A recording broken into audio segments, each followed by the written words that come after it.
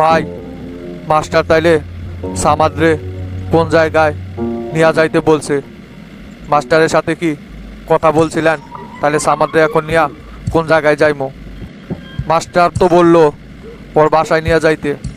সরাসরি পরে বাসায় নিয়ে যা, ওইখানেই সবাই অপেক্ষা করতেছে। আচ্ছা ভাই, ঠিক আছে, তাইলে মাস্টারের বাসায় নিয়ে যাইতেছি।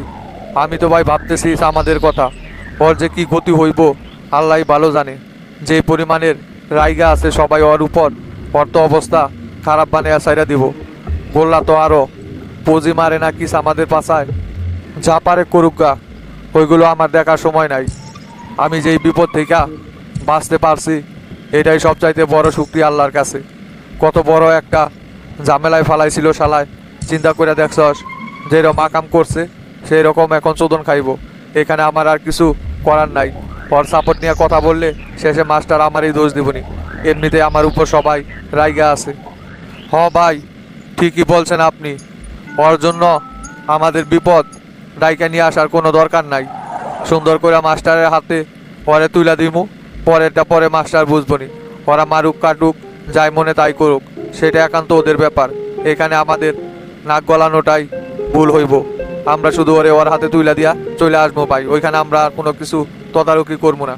হাবিব ভাই, এটা কিন্তু কথা ছিল না। আপদে বিপদে সবসময় আমি আপনার পাশে দাঁড়াইছি, আর এখন আপনি আমার বিপদে আমার এই সাইরা চইলা যাইতেছেন। এটা আমার সাথে অনেক বড় একটা অন্যায় হইতেছে ভাই। আপনি সব কিছু জানার পরেও আমারে এইভাবে বিপদের মুখে ফেলে দিবেন না ভাই। দয়া করে ভাই আমার এইখান থেকে বাঁচান। দরকার পরে আমার বাড়ি বিটা যা আছে সব কিছু আমি আপনার নামে লেখা দিব, তবুও ভাই ওদের হাতে আমারে তুলা দিয়েন না। দয়া করে ভাই এইবারের মতো আমারে কোনোভাবে বাঁচাই নেন। আমার সাথে ভাই এত বড় একটা বেইমানি করবেন না আপনি। হাজার হইলেও আমি কিন্তু আপনারই লোক ভাই। এই তুই পিছনে বৈশা বৈশা আবার বক বক করতেছিস? তোর উপর যে পরিমাণে রাগ উঠছে আমার মন চাইতেছে তোরে কাঁচাই খাইয়া ফালাই।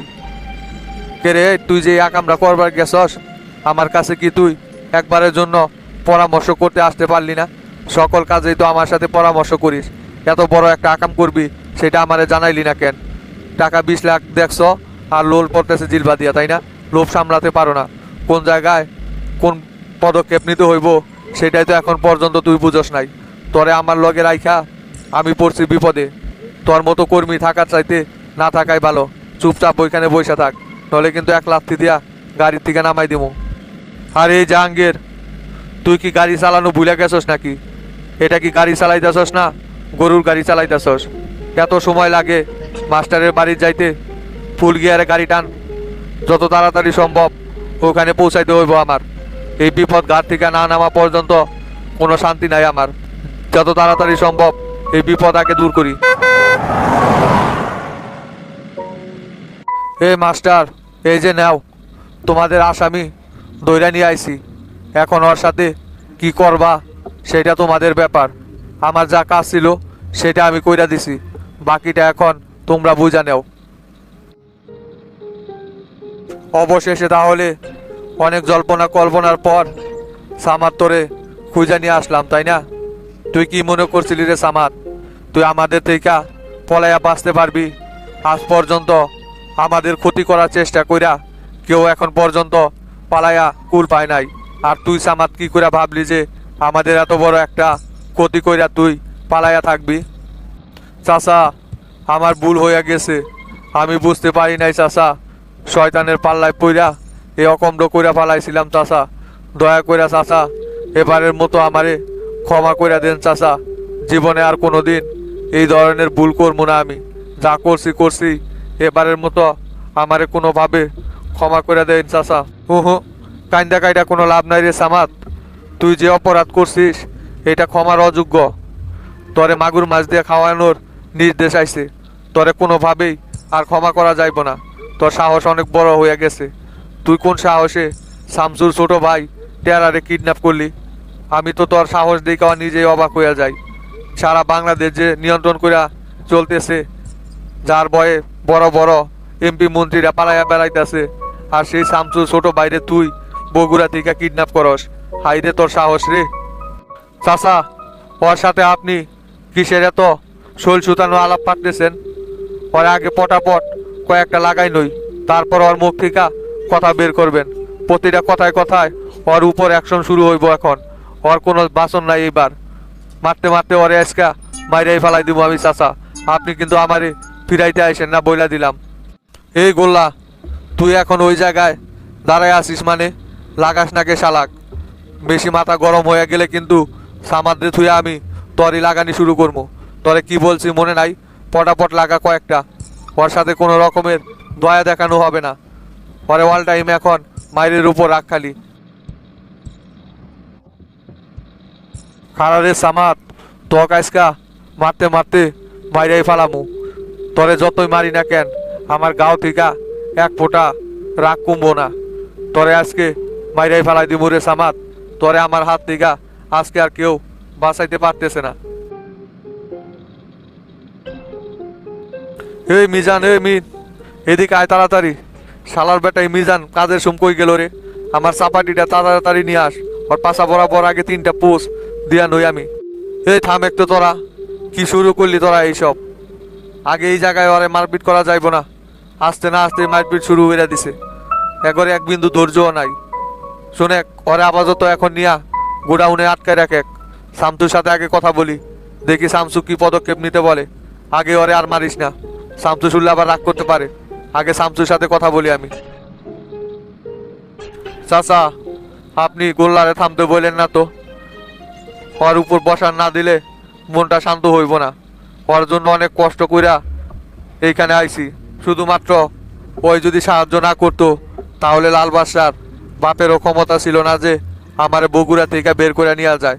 ওর সাহায্যের কারণেই লাল বাদশা আমারে কিডন্যাপ করতে পারছিল। ওই সব চাইতে বড় শয়তান। আপনি গোল্লারে থামতে বলেন না। ইচ্ছা মতো আগে গোল্লারে বানানি দেখ। তুইও দেখছিস এই ছেলে ফেলেদের মতোই কথা বলতেছিস। তোর মাথা তো দেখি এখন গরম। ওই কি এখান থেকে পালাই যাইতেছে নাকি? ওরে যেমন ধৈর্য নিয়ে আইছি, ওই আমাদের কাছেই থাকবো। আগে শামসুর কাছে বিষয়টা জানানো হোক। শামসু যেইভাবে যা করতে বলে সেইভাবেই করতে হবে। ওর উপর প্রতিশোধ নেওয়ার অনেক সুযোগ পাবি তুই, সমস্যা নাই। এখন আপাতত শামসুর হুকুম ছাড়া ওরে মারিস না। পরে একটা ক্ষয়ক্ষতি হয়ে গেলে শামসুর কাছে কি জবাব দিব? এই গোল্লা, পরে এখন হাত পাও বাইন্দা গোডাউনে নিয়ে ফালাই রাখ। মায়ের দূর করিস না আর। অনেক মায়ের দূর হয়েছে, পরে দেখতেছি ওর বিষয়টা। এখন আপাতত ওরে কিছু করিস না। এ হাবিব ভাই, ওই জায়গায় অমনে কইরা দাঁড়ায় রইলেন কেন? এইদিকে আইসা বসেন, দেখি আপনার সাথে অনেক আলোচনা করার আছে। এখানে আইসা বসেন।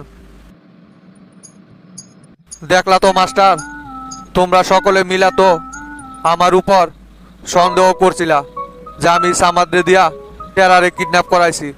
এখন তো সবকিছু প্রমাণ হইল আমি এই ঘটনার সাথে কোনোভাবে জড়িত না।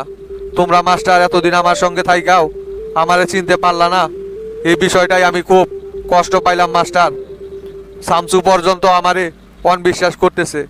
আর তুমি মাস্টার, তোমার সঙ্গে তো এখন আমি দিনটায় 24 ঘন্টায় থাকতেছি। তারপরেও তুমি কিভাবে আমাকে অবিশ্বাস করতে পারো মাস্টার? তোমাদের কথায় খুব কষ্ট পাইছি মাস্টার। বিশ্বাসের এই প্রতিদান দিলা তোমরা। কখনোই ভাবি নাই যে তোমরা এই ঘটনার সাথে আমারে সন্দেহ করবা। সন্দেহ যে করবো না মিয়া, কাজটা করছে কি আবার? কারো কি আর মাথা ঠিক আছে? আর সামাদ হচ্ছে আপনার ডান হাত। আপনার অনুমতি ছাড়া তো সামাদ এক পাও সামনে বাড়ায় না। এত বড় একটা কাম ওই কিভাবে আপনারে ছাড়া করতে পারে? এটা তো সকলেরই সন্দেহ হওয়ার বিষয়। যাই হোক, এখন সামাদরে ধরে নিয়ে আসতে পারছেন, অনেক ভালো হয়েছে। এখন ওর কাছ থেকে আসল সত্য জানা যাইব। আল্লাহ সব সময় সত্যের পথে আছে। আল্লাহ খুব ভালো করে জানতো যে হাবিব এই ঘটনার সাথে কোনোভাবে জড়িত না। সেই জন্যই সামাদরে ধরে নিয়ে আসতে সাহায্য করছে আমারে। সত্যটা এখন সামনে প্রকাশ হইল।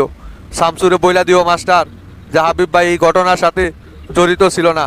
হাবিব ভাই আগেও তোমাদের সঙ্গে ছিল, এখনও তোমাদের সঙ্গে আছে। শামসু যেন আমারে ভুল না বোঝে। সমস্যা নাই, সামাদরে যেহেতু ধরতে পারছেন এখন আর কোনো ঝামেলা নাই। শামসুরে আমি বলবনি সব কিছু। আগে শামসুর সাথে কথা বইলা বিষয়টা আগে শামসুরে জানাই। পরে সামাদরে জিজ্ঞাসাবাদ করলে আরও তথ্য বের হয়ে আসবো। আপনি যে ঘটনার সাথে জড়িত না সেটা শামসু জানতেই পারবো, সমস্যা নাই। আমি শামসুরে সব কিছু বুঝাইয়া বলবনি। তা হাবিব ভাই, বলেন তো দেখি, আপনি এত সহজেই কিভাবে সামাদরে ধরে নিয়ে আসলেন? সামাদ যে বড় একটা আকাম করছে, তাতে করে তো সামাদের আপনার সাথে যোগাযোগ করার কোনো কথা না। যদি আপনি এই ঘটনার সাথে জড়িত না থাকেন, তা হঠাৎ এত সহজে আপনি সামাদের মতো লোকরে ধরে নিয়ে আইসা বললেন। ঘটনা কি আমাদেরকে খুলা বলেন তো দেখি হাবিব ভাই, কিভাবে সামাদরে আপনি ধরে নিয়ে আসলেন? সামাদ ভাবছিল হয়তো বা আমি ওরে সাহায্য করবো। ওই আগে বগুড়া থেকে বের হইতে পারে নাই, আটকে গেছিল বগুড়াতেই। কয়েকদিন ওর বাইরের বাড়িতে লোকে আসিল। এখন তো চারোদিকে ওরে খুঁজতেছে, তাই ও কোনো উপায় না পাইয়া ওই আমার সাহায্যের জন্য আমার কাছে ফোন করছিল। পরে আমি কৌশলে ওরে আমার বাগান বাড়িতে দেখা করতে বলি। সেইখানে দেখা করতে আসলেই জাহাঙ্গীরের সঙ্গে নিয়ে ওরে বাইন্দা এইখানে নিয়ে চলে আসলাম। ও তাইলে এই ব্যাপার, বুঝতে পারছি। যাই হোক হাবিব ভাই, সামাদে আপনি ধৈর্য নিয়ে আসার জন্য আপনারে ধন্যবাদ। অনেক খোঁজাখুঁজি করতেছিলাম সামাদে, অবশেষে যেহেতু সামাদে খুঁজা পাইছি, তাহলে আর কোনো ঝামেলা নাই। আপনি এই কাজে আমাদেরকে সাহায্য করার জন্য আপনারে আবারও ধন্যবাদ জানাচ্ছি। কি বলিস সেটারা, আমি কি এখন তোদের বাইরের লোক নাকি? আমরা সকলেই তো এখন একই লোক। তোর বিপদ মানে আমারও বিপদ। তোর এই বিপদের দিনে কি আমি তোর পাশে দাঁড়াইবো না ভাবছিস তুই? কে কি ভাবলো না ভাবলো আমারে নিয়া, ওইটা আমার দেখার বিষয় না। কিন্তু আমি মন থেকেই তোদেরকে খুব ভালোবাসি টেরা। তুই কিডন্যাপ হওয়ার পর কি পরিমাণ কষ্ট যে আমি পাইছি, সেইটা তো তোদেরকে বইলা বুঝাইতে পারবো না।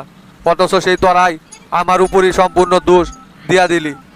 যাই হোক হাবিব ভাই, যেটা হবার হইয়া গেছে, ওইটা নিয়ে আর কথা বলে লাভ নাই। আপনি এই বিষয় নিয়ে আর কষ্ট পায়েন না। ওটা একটা ভুল বুঝাবুঝি ছিল। এখন তাহলে আপনি বাসায় চলে যান। পরে শামসুর সাথে কথা বলে আমি আপনারে জানাইব নিজে কি হয় না হয়। এখন রাত হয়ে গেছে, এখন আর কিছু করবো না। সকালে দেখা যাইব ওই ঘটনা নিয়ে। না ঠিক আছে, কোনো কিছু মনে করি নাই আমি। এখন তাহলে উঠলাম মাস্টার। শামসুর সাথে কথা বইলা পরে আমারে জানাইও। সেলিম ভাই, এখন আমাদের মূল লক্ষ্য হচ্ছে দেশের টাকা আগে দেশে ফেরত আনা, তারপর দেশ থেকে দুর্নীতিবাজদেরকে চিহ্নিত করে এদেরকে দেশের নাম থেকে মুছে ফেলা। কারণ দুর্নীতিবাজরা যতদিন এই দেশে বসবাস করবে, ততদিন পর্যন্ত আমরা গাদার মতো খেটে গেলেও দেশের কোনো উন্নতি করতে পারবো না। তাই আমাদেরকে সবার আগে এই দুর্নীতিবাজদেরকে নির্মূল করতে হবে। হ্যাঁ শামসু, তুমি একদম ঠিক কথাই বলছো। কথায় আছে না, ভাঙা নৌকা যত হিস কোনো লাভ নাই, পানি উঠতেই থাকবে। তাই আমাদেরকেও দেশের দুর্নীতি বন্ধ করতে চাইলে সর্বপ্রথম এই দুর্নীতিবাজদেরকেই চিহ্নিত করতে হবে। তাহলে আমরা দেশ থেকে দুর্নীতি নির্মূল করতে পারবো। তাছাড়া যত চেষ্টা করি শামসু, কোনোদিনও দেশের দুর্নীতি বন্ধ করতে পারবো না। প্রেসিডেন্ট তো আমাদেরকে নির্দেশ দিয়েই দিল যা মন চায় তাই করতে। অতএব এখন থেকে আমরা সবসময় যৌথ বাহিনীর অভিযান চালিয়ে রাখবো যতক্ষণ পর্যন্ত দুর্নীতিবাজরা ধরা না পড়ে। এরপরে এক এক করে সবটির অবস্থা হাজি সিদ্দিক আর কাদের মোল্লার মতো করব। তাইলে শামসু, বাসার সামনে তো চলে আসলাম, আমারে নামাই দিয়া তুমি তাহলে বাড়িতে চলে যাও। কালকে আবার দেখা হইবনি। আচ্ছা ঠিক আছে সেলিম ভাই, আপনি তাহলে যান। কালকে সকাল সকাল অফিসে চলে আসেন। এখন কিন্তু আমাদের উপর অনেক দায়িত্ব আছে, সবগুলো আমাদের সঠিকভাবে পালন করতে হবে। এই ড্রাইভার, পায়ে সাইড কইরা সেলিম ভাইরে নামাই দিয়া যাও। আসসালামু আলাইকুম গুরু। ওয়ালাইকুম সালাম শামসু, আইসস তাহলে তুই? বসে। কি ব্যাপার গুরু, রাত তো ভালোই হয়েছে, এখন পর্যন্ত আপনি বাইরে বসে আছেন? তোর জন্যই তো বসে আছি রে শামসু, এত দেরি হয়ে যাইতেছে তবুও তুই বাসায় ফিরতেছিস না, সেই জন্যই তোর অপেক্ষায় বসে আছিলাম।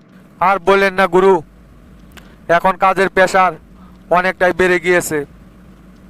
দেশে যৌথ বাহিনীর অভিযান চলতেছে, তো তাই প্রশাসনের কর্মকর্তাদের সাথে বৈঠক করলাম, আবার প্রেসিডেন্টের সাথেও বৈঠক করলাম সেলিম ভাই আর আমি। এই সেই করতে করতে দেরি হয়ে গেল একটু। তা বগুড়ার কি খবর? সামাদরে কি ধরতে পারছে ওরা? পরে তো আর কিছু জানাইলি না। মাস্টারের সাথে কথা হয় নাই তোর? দুপুরে কথা বলছিলাম মাস্টার চাচার সাথে, তা তো বললো যে এখন পর্যন্ত ধরতে পারে নাই। সন্ধ্যা পর্যন্ত হাবিবের সময় আছে, চাচারে বইলা দিছি, এর ভিতরে যদি হাবিব না হাজির করতে পারে সামাদ্রে, তাহলে পরে যায় বাইন্দা নিয়ে চলে আসবেন। কোনো খাতিরদারি দেখানোর দরকার নাই। পরে মনে হয় কি করলো, আর তো কথা বলা হইলো না। দেখি ফোন দিমু কিছুক্ষণ পর। ও আচ্ছা, চল তাহলে ভিতরে যায় ফ্রেশ হই।